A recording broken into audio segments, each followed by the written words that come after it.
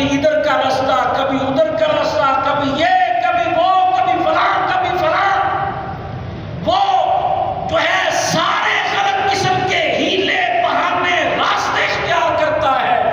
ظلم کی طرف بھی وہی آتا ہے، تشدد کی طرف بھی وہی آتا ہے، جس کے پاس حقیقت میں دلیل نہیں ہوتی۔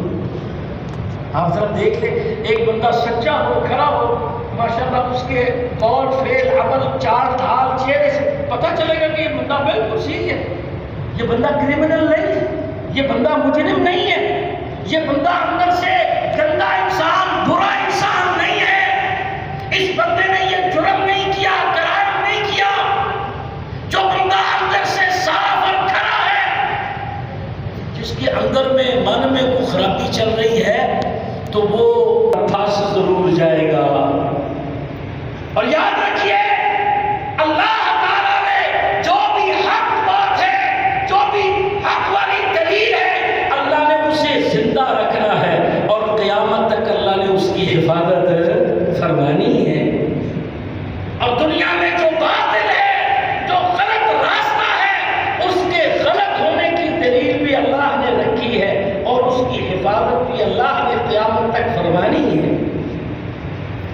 اس لیے میرے محترم بھائیوں، اللہ تعالیٰ کے پیغمبروں میں سے آخری پیغمبر، ہادی، رہنما، مقتدی، پیشوا، قائد الرسل، قائد الانبیاء، نبی کریم محمد الرسول اللہ صلی اللہ علیہ وسلم کا ایک بہت بڑا وصف، ایک بہت بڑا خاصہ جو اللہ تعالیٰ نے بیان فرمایا، وَمَا أَرْسَلْنَاكَ إِلَّا، آپ کا اٹھنا بیٹھنا کھانا پینا سوچنا، آپ کے لیل و نہار، آپ کے شب و روز، آپ کے ہفتے مہینے سال، آپ کے سارے لمحات حق ہے۔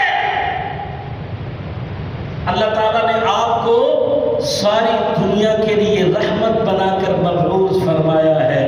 آپ اپنوں کے لیے بھی رحمت، آپ بیگانوں کے لیے بھی رحمت، دوستوں کے لیے بھی رحمت، دشمنوں کے لیے بھی رحمت، یہودیوں کے لیے رحمت، عیسائیوں کے لیے رحمت، ہندوؤں کے لیے رحمت، سارے غیر مسلموں کے لیے اسلام بھی رحمت، نبی اسلام بھی رحمت، قرآن بھی رحمت۔ یہ اس دین کے حق والا ہونے کی سب سے بڑی نشانیاں اور سب سے بڑے دلائل، کہ کوئی اگر اسلام کو مان نہیں بھی رہا تو یاد رکھیے اسلام اس کے لیے وہ خیر خواہی سوچتا ہے جو اپنی ذات کے لیے وہ خیر خواہی سوچ نہیں سکتا ہے۔ کیوں؟ اس لیے کہ اسلام اس رب کا دین ہے جس رب نے یہ ساری کائنات بنائی، جس رب نے سارے انسانوں کو پیدا کیا، بسایا۔ اللہ تعالیٰ قرآن مجید کو اٹھائیے، یہ اتنا عظیم الشان موضوع ہے۔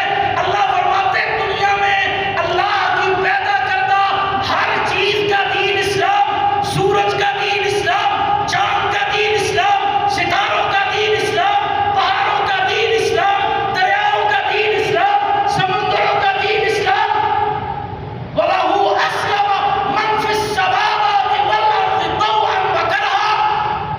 یہ دلائل ہیں جو اللہ رب العالمین اپنے پاک کلام میں ارشاد فرما رہے ہیں۔ اللہ فرماتے ہیں کہ یہ درخت کس طرح سجدہ ریز ہوتے ہیں، تمہیں علم نہیں، یہ اللہ تعالیٰ کو علم ہے۔ وَإِن مِّن شَيْءٍ إِلَّا يُسَبِّحُ بِحَمْدِهِ وَلَكِن لَّا تَفْقَهُونَ تَسْبِيحَهُ۔